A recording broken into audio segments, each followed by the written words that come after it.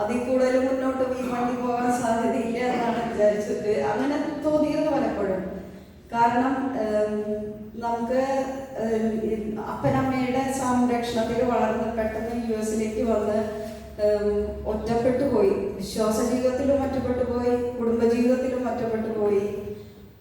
പറയാൻ ആരുമില്ല, ഷെയർ ചെയ്യാൻ ആരുമില്ല. ആ സമയത്ത് പെന്തിക്കോസ്തുകാർ ഒത്തിരി ബാപ്റ്റിസ്റ്റ് അവിടെ ഒത്തിരി സ്ട്രോങ് ആണ്. അവര് അപ്പം ആ സമയം ആ കൂട്ടായ്മയിലേക്ക് വിളിച്ചു കൊണ്ടുപോയി 1-2 തവണ. കാരണം ഒരാൾ പ്രതിസന്ധിയിൽ നിൽക്കുമ്പോഴായിരിക്കുമല്ലോ അവർ കടന്നു വരും. അപ്പം അങ്ങനെ പോയി. പക്ഷെ 1-2 തവണ പോയി. പക്ഷെ എൻ്റെ അപ്പൻ അമ്മയിൽ നിന്നും കിട്ടിയ ആ വിശ്വാസ ജീവിതം നിങ്ങൾക്ക് എല്ലാവർക്കും അത് തന്നെയായിരിക്കും ആങ്കറിങ് ഫോഴ്സ്. വേറെ ഒന്നും ഉണ്ടാവില്ല. അപ്പൻ്റെ നിന്നും അമ്മയുടെ നിന്നും കുടുംബത്തിൽ നിന്നും കിട്ടിയ ആ വിശ്വാസ ജീവിതത്തിൽ ഞാൻ ഉറച്ചു നിന്നു.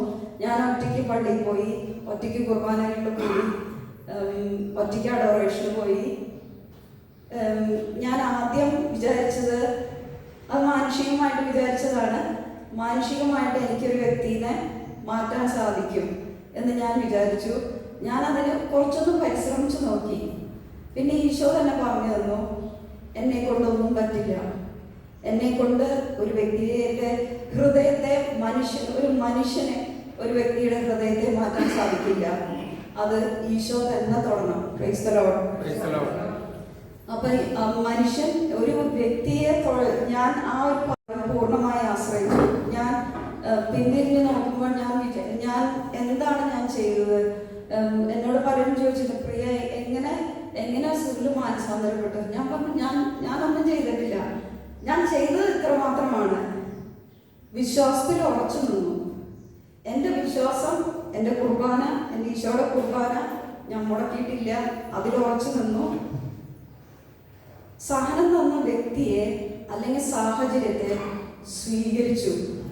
അതിനോട് മറുതലിച്ച് നിൽക്കാൻ നിന്നില്ല, അതിനോട് ഫൈറ്റ് ഓഫ് ചെയ്യാൻ നിന്നില്ല, അതിനെതിരെ റിബൽ ചെയ്യാൻ നിന്നില്ല.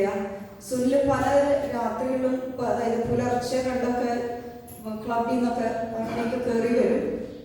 ചോദിക്കുമ്പോൾ ഒത്തിരി ദേഷ്യമൊക്കെ വരും. കാരണം ആളെ കൺട്രോൾ ചെയ്യുന്നത് പിശാചാണ്,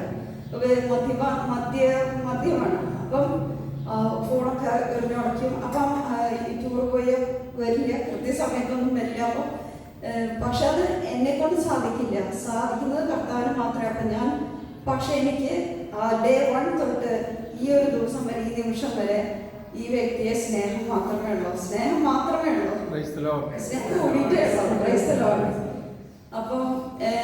അപ്പം സ്നേഹിക്കുക, അല്ലെങ്കിൽ ആ സാഹചര്യം സ്വീകരിക്കുക, അതിനോട് മറുതലിച്ച് നിൽക്കാതെ സ്വീകരിക്കുക.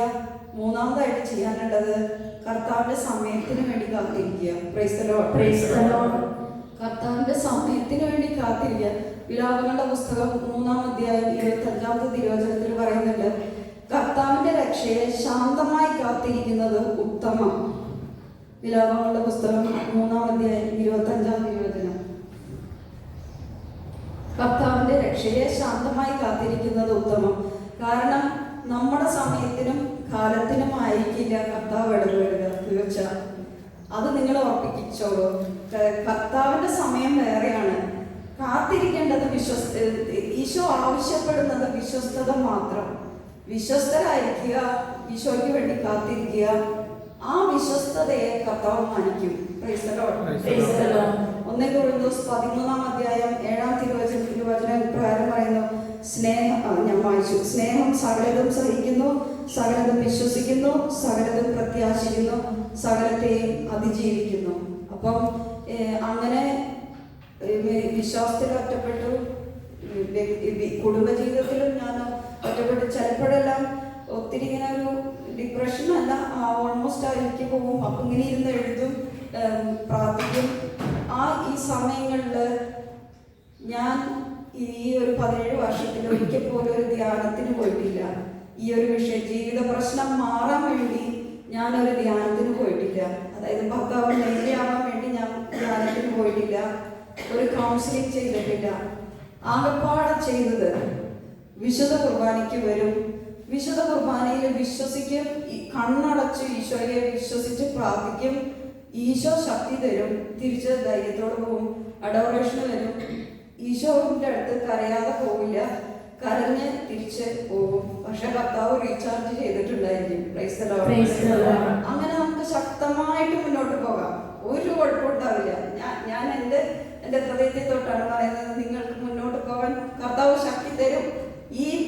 ഇതിനോളം വലിയ, വിശുദ്ധ കുർബാനയോളം വലിയ ഒരു ഭാഗ്യം നമുക്ക് കിട്ടാനില്ല, ലോകത്തൊരു മനുഷ്യർക്കും കിട്ടാനില്ല. അത്രയും ഈശോ നമ്മളെ വിശുദ്ധ കുർബാനയിലൂടെ ബ്ലസ് ചെയ്തിരിക്കുന്നു. Price the Lord.